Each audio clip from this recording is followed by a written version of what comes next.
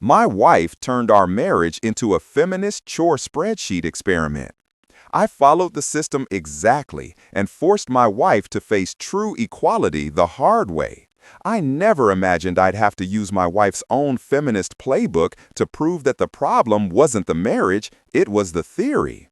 3 weeks, that's how long I was away on a work trip.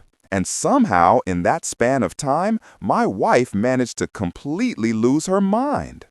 I walked in the door expecting our normal welcome routine. Instead, she handed me a printed document titled Restructuring Our Marriage, a benchmark for equality. She stood there, serious as if she were presenting a corporate report, and began to explain that she had attended something called a Feminist Empowerment Workshop while I was gone. Apparently, this workshop had opened her eyes to all the ways our marriage was supposedly oppressive and patriarchal. You need to understand, I've been living in a system that benefits you while harming me, she said, even doing air quotes with her fingers. We need to deconstruct the power dynamics of our relationship. I put my suitcase down and looked at the woman I had been married to for 7 years, the same woman who laughed at my jokes and rolled her eyes when I left a dish in the sink. Now she was standing there with a 3-page document explaining why our relationship needed to be rebuilt from scratch. The first page detailed something called the redistribution of emotional labor. According to her new enlightenment, I had been benefiting from her invisible work while only contributing financially. She wanted me to take responsibility for remembering birthdays, planning social events, and managing the household calendar. Fair enough, I thought, until I got to the part where she wanted me to log my emotional contributions on a shared spreadsheet. Page 2 was all about equality in domestic chores. Every task in the house had been categorized, weighted by difficulty and time, and then split exactly in half. Cooking was now divided by days of the week, cleaning by rooms. Even grocery shopping had been broken down into a rotating system. She had literally created a chore chart as if we were college roommates. But page 3 was where things really got interesting. It was titled Deconstructing Male Privilege. Basically, a list of ways I needed to change how I communicated, made decisions, and even sat on the couch. Apparently, sitting with my legs spread was now a violation of shared space equity. This isn't about changing who you are, she explained with the confidence of someone who just discovered fire. It's about recognizing the unconscious ways you perpetuate harmful patterns. I walked to the kitchen, opened the fridge, and grabbed a beer. The same beer from the same spot as always. Nothing had changed in the house except her perspective. And somehow, that made everything different. So let me get this straight, I said, taking a long sip. While I was working 60 hours a week to pay for this house, you were at a workshop learning that I'm the problem with our marriage. She began to explain how financial contribution doesn't equal emotional contribution, and how traditional gender roles had created an imbalance that needed correcting. She used terms like heteronormative expectations and internalized patriarchy with the excitement of someone who had just learned a new language. I listened to the entire presentation, asking questions, requesting details about the spreadsheet system and the task scoring. When she finished, she stared at me, waiting for me to argue or immediately embrace this new marriage model. Instead, I picked up the document from the counter and calmly reread it. The level of detail was impressive. She had clearly spent hours researching, planning, and organizing this complete overhaul of our relationship. You know what? I said, putting the papers back. You're absolutely right. Let's make our marriage more fair. The relief on her face was instant. She had been prepared for resistance, arguments, maybe even anger. What she hadn't expected was total agreement. She started explaining the implementation schedule, how we would track progress, and what success would mean according to her new system. I finished my beer, nodding, already planning exactly how I would handle this.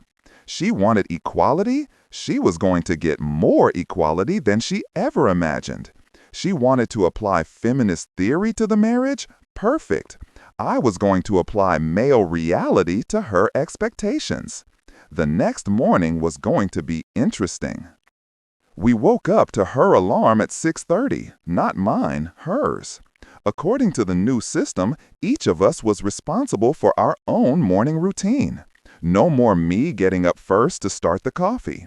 No more her bringing me a cup while I got dressed. Everything separate, everything equal. We were now operating like two independent units inside the same house. I watched her stumble into the kitchen, clearly expecting the usual routine where the coffee simply appeared ready. Instead, she found the coffee maker empty and a note I had left on the counter. Day 1. Equitable coffee distribution. Your turn according to the Monday schedule. She stared at the note for a good 10 seconds before starting to mutter something about malicious compliance while struggling to fit the coffee filters. I was already dressed and ready to leave when she came back from the kitchen, still in her pajamas, holding a half mug. "You could have made coffee for both of us," she said, clearly annoyed. "That would violate the benchmark for equality in domestic chores," I replied, grabbing my keys. "According to page 2, preparing coffee on Monday is one of your designated tasks. I don't want to perpetuate the patriarchal pattern of doing things for you that you can do yourself." Her expression was priceless.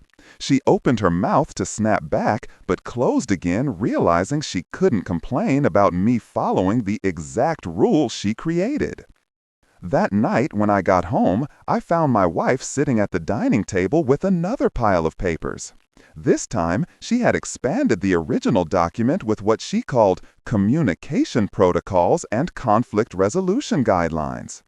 "I've been thinking about our interaction this morning," she began, "and I realized we need more structure around how we discuss these changes." She had created an entire system to address what she called resistance behaviors and passive-aggressive responses to the new model. There were guidelines for healthy male emotional expression and demands that I acknowledge my defensive patterns before voicing any disagreement. "So now I need permission to have an opinion?" I asked. "It's not permission," she said patiently. "It's about creating space for productive dialogue by recognizing when your male conditioning prevents you from engaging authentically." I sat down across from her and pulled the papers closer. She had divided male communication issues into categories: dismissive responses, logical deflection, emotional stonewalling, and defensive rationalization. Each category had examples and suggested corrections. "This is fascinating," I said, genuinely looking at the document. "You've essentially created a manual on how I can and cannot speak to you." "It's not control," she insisted. "It's awareness. These patterns are so ingrained that you probably don't even realize when you do it." I flipped through the pages, noticing how every possible masculine response to her system was labeled as problematic. Questioning the logic was dismissive response. Pointing out practical flaws was defensive rationalization. Wanting to discuss alternatives was resistance behavior. "What if I simply disagree with something?" I asked. "What's the approved method for that?" She perked up, clearly excited to explain. "First, you acknowledge that your disagreement may come from a place of privilege. Then, you reflect on whether your response serves the relationship or just protects your comfort. Finally, you express your concern while reaffirming your commitment to growth and equality." I paused thoughtfully. "So basically, I need to assume I'm wrong before I can even give my opinion?" "You're doing it now," she said, pointing to the document.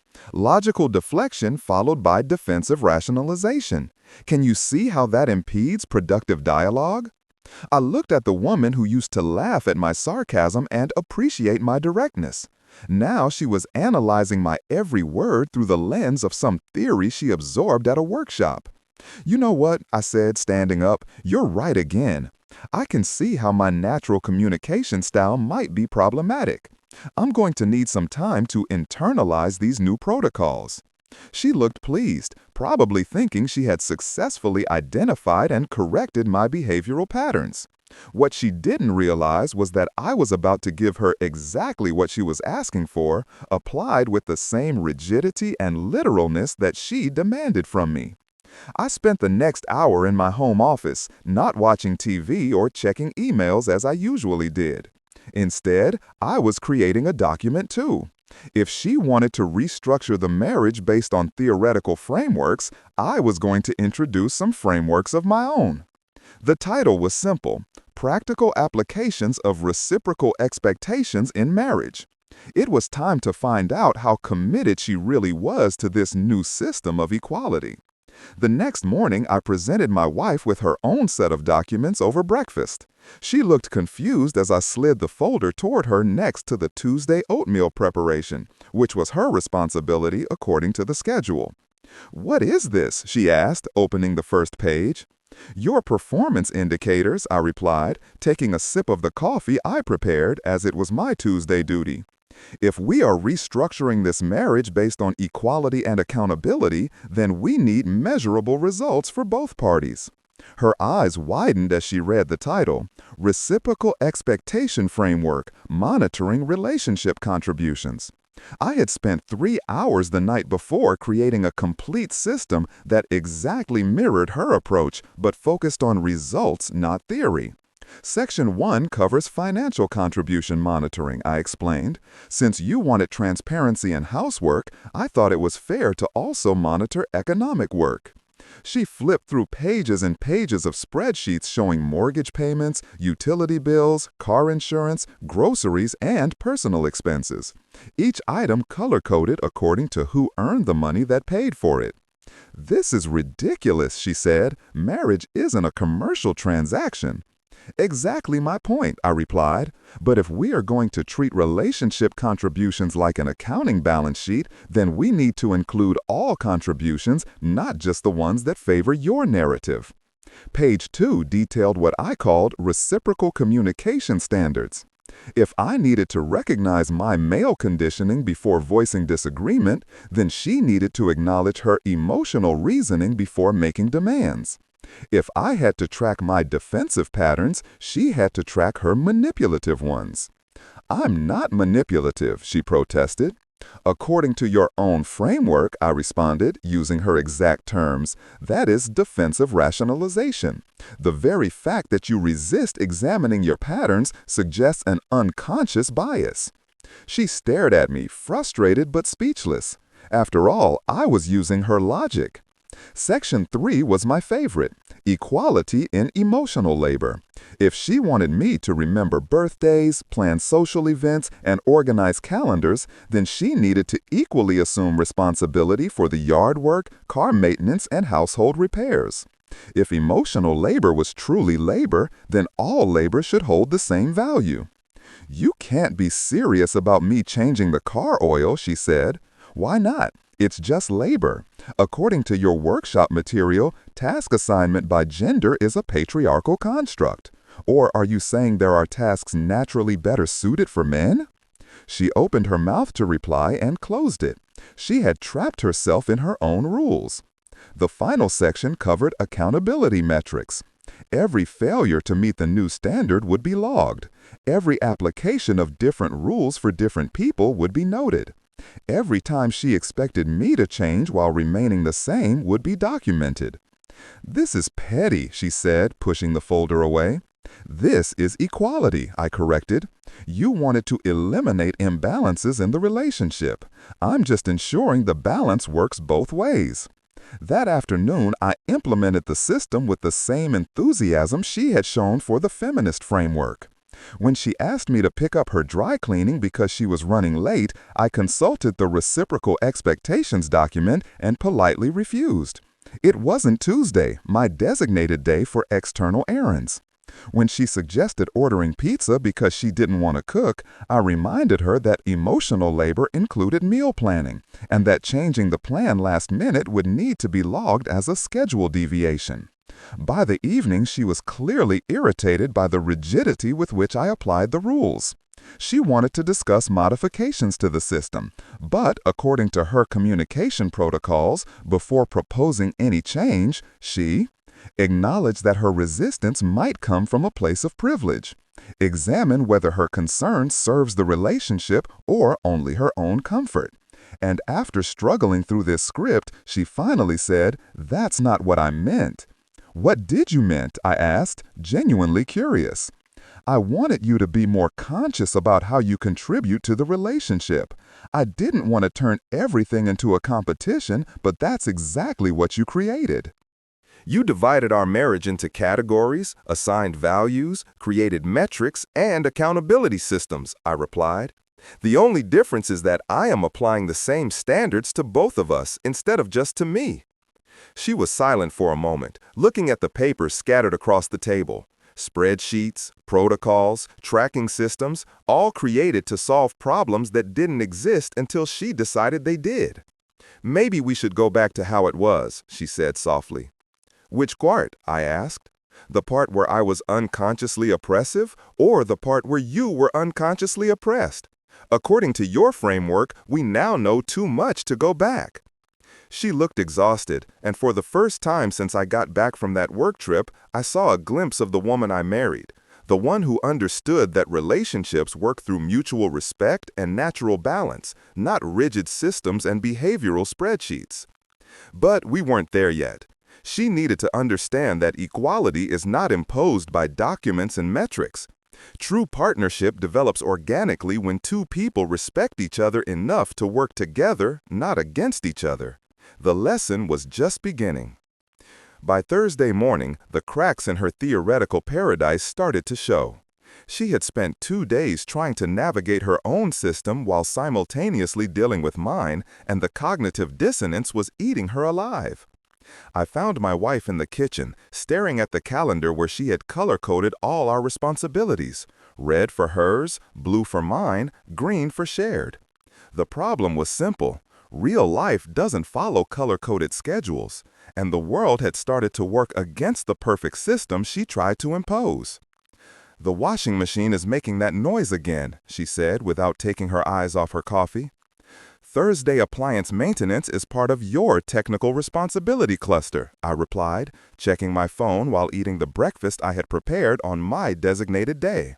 Page 4, Section C. "I don't know how to fix washing machines." "Neither did I when I learned. YouTube has great tutorials, quite empowering actually." She shot me a look that could melt metal. "You know I can't do that." "You always assumed I would," I replied.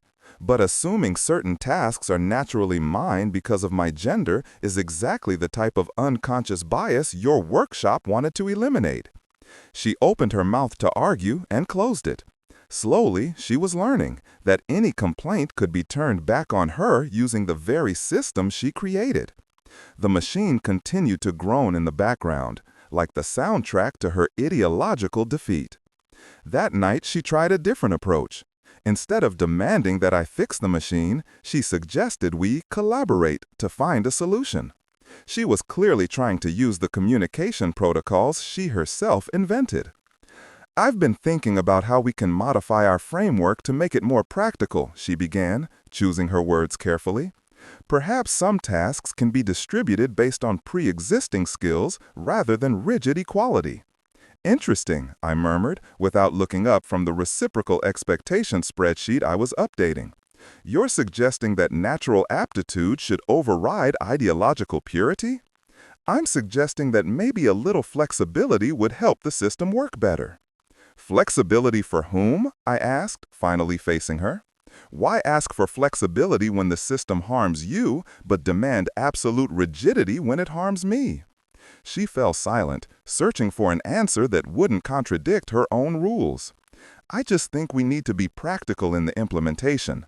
"I completely agree," I replied. "So let's be practical. The machine is broken. By your system, the responsibility is yours. In practical reality, you don't know how to fix it. What is your proposed solution?" "You could teach me," she suggested, with a hint of hope. "I can," I agreed, "but that would require extra emotional labor on my part to plan and execute a teaching session. That would need to be compensated in some other area of the system. What are you willing to take on in exchange? Her frustration was overflowing. She had created a system to hold me accountable for everything, and now the same system was holding her accountable. And that, of course, she did not like. "This is ridiculous," she exploded. "We're married. We should help each other." "Exactly," I responded calmly. "We should help each other, not restructure each other according to theories that ignore how we truly function as a team." She stared at me, and I could see the thoughts colliding inside her head. For the first time since this drama began, she was grasping what I was trying to show her. "The truth that no spreadsheet solves," I continued. "Marriage is not a social experiment. It's two people building a life using their individual strengths and covering each other's weaknesses. You took a system that worked and tried to fix it with theories created by people who probably never managed to sustain a long relationship." "The workshop speaker has been married for 15 years, she retorted defensively. "To the same person?" I asked. She hesitated. "Well, no, but she learned from her mistakes." "Learned, or just created increasingly complex theories to explain why her relationships keep failing." At that moment, the washing machine made an even more horrendous noise, almost as if saying, "He's right." She looked at the laundry room, then at me, then at the sheets and spreadsheets scattered on the table. All of it created to correct problems that only came into existence because she decided they had. "I just wanted things to be fairer," she said quietly. "Things were fair," I replied. "They just weren't equal, and that's not the same thing." "What's the difference?" she asked. "Fair is each person contributing according to their ability and receiving according to their need. Equal is everyone doing exactly the same thing, even when it makes no sense." She sank into the chair, defeated. "So, what do we do now?" she asked.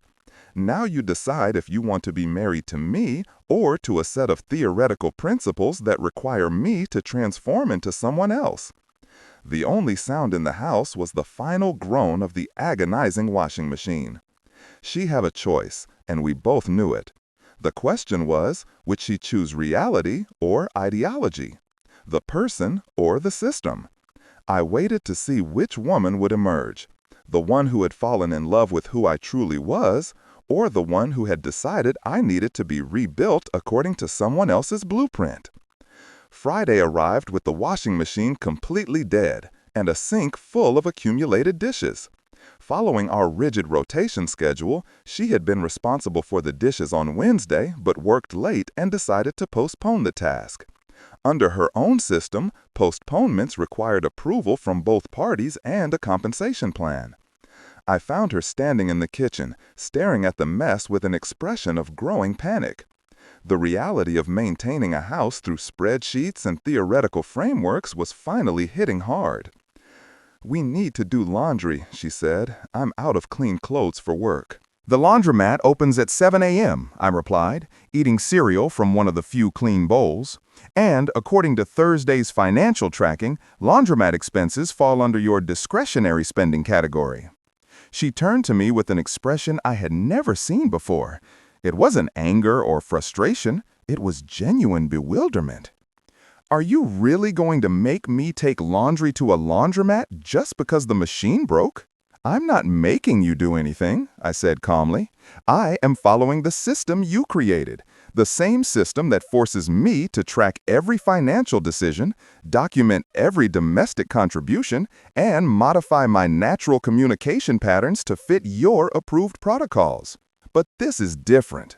"How is it different?" She searched for an answer, clearly seeing the trap but unable to escape it. "Because it's an emergency." "Is it though? Or is it just an inconvenience you want me to solve because it's easier than following your own rules?" The silence stretched as she processed it. I saw the mental gears turning, trying to find a way to maintain her ideological position and simultaneously get the practical help she needed. "Fine," she said. "I'll handle it myself." I watched as she filled trash bags with clothes, struggling with the awkward volumes to load everything into the car. She made 3 trips, each one more frustrating than the last. When she returned 2 hours later, she was exhausted and visibly shaken.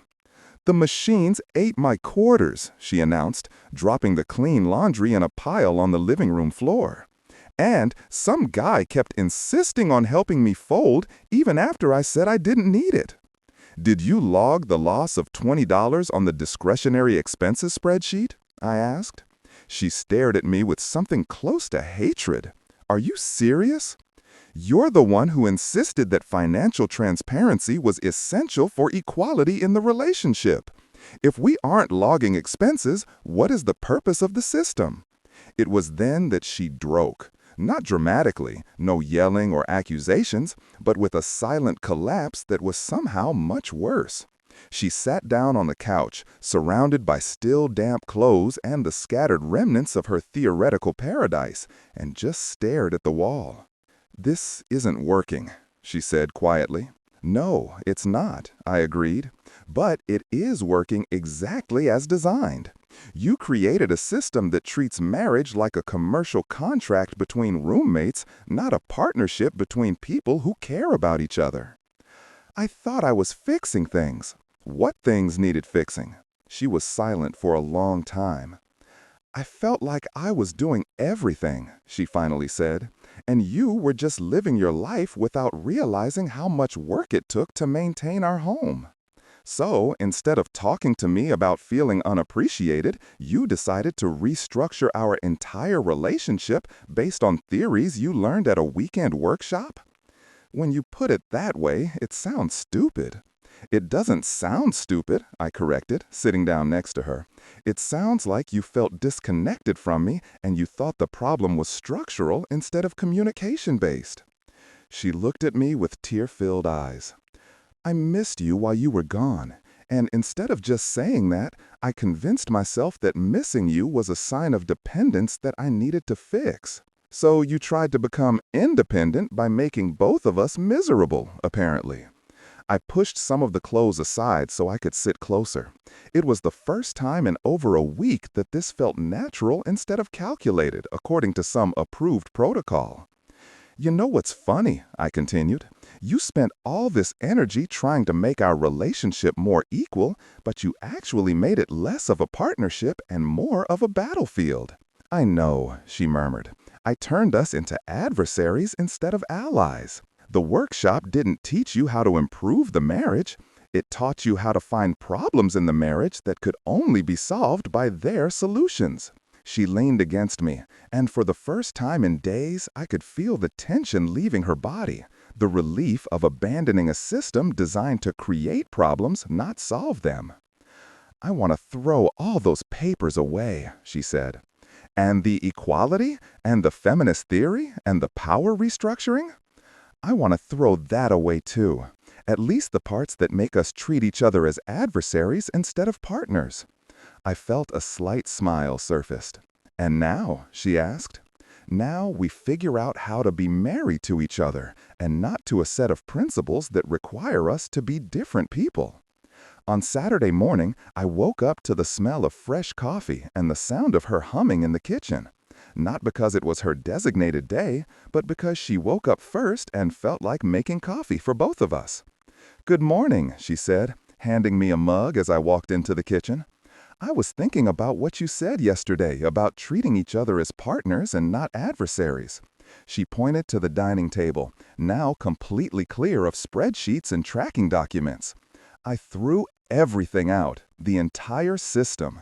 I looked at the empty table and then back at her. "What made you change your mind?" "Sitting in that laundromat yesterday, watching other couples help each other with simple tasks while I struggled alone because of rules I created, I realized I had turned our marriage into a prison where neither of us could be spontaneous or generous without violating some theoretical principle. And now I want to fix the washing machine with you, not because it proves anything to anyone, but because we both need clean clothes and you know how to fix these things." I smiled. That sounds dangerously like traditional gender roles. "Maybe some traditions exist because they work, not because they're oppressive." I spent so much energy trying to prove our natural dynamic was wrong that I forgot to ask if it was actually working for us. And was it working? She thought carefully. Yes, but I wasn't acknowledging it. I was looking for problems instead of appreciating what we had. So, what do you want now?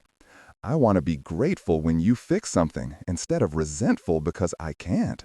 I want to cook when I feel like cooking, not when a spreadsheet tells me to. I want to ask for help without it being a political statement. And what do you want from me? I want you to notice when I do something that makes your life easier, and I want you to tell me when that feels good. Not because equality demands recognition, but because being appreciated feels good. I reached out and held her hand. I appreciate what you do. I always have. I just assumed you knew. I didn't know, she said, until I convinced myself that appreciation was a form of patriarchal conditioning designed to keep me satisfied with an unequal dynamic. That workshop really messed with you. That workshop taught me to see problems everywhere and solutions nowhere. She squeezed my hand. But you taught me something more important this week. What? That equality and partnership are not the same thing. Partnership means each person contributes what they do well and supports the other where they are weak. Equality means both people have to be good at everything, which just makes us mediocre at almost everything. I stood up and kissed her forehead. So, is the feminist theory done? Is the part where we let theory override reality done? She corrected. If the theory makes our life worse instead of better, then the theory is wrong, not our life. Great. Now let's go fix that washing machine together. Together, she repeated, not because a spreadsheet mandates it, but because that's what partners do. As we walked towards the laundry room, I realized that the woman I married was still there, underneath the ideology and theoretical frameworks. She just needed to be reminded that love isn't something you rebuild according to external principles. It's something you build day by day, choosing the same person over and over. The washing machine only needed a new belt. 20 minutes, $15, and everything was working again. Reddit comment of the day. In the end, the washing machine was working again before her revolutionary system was. Who knew a $15 belt would be more efficient than an entire workshop on power dynamics? Anyway, sometimes the simplest fix is remembering that marriage isn't a thesis paper, and love doesn't need a spreadsheet or two-factor approval.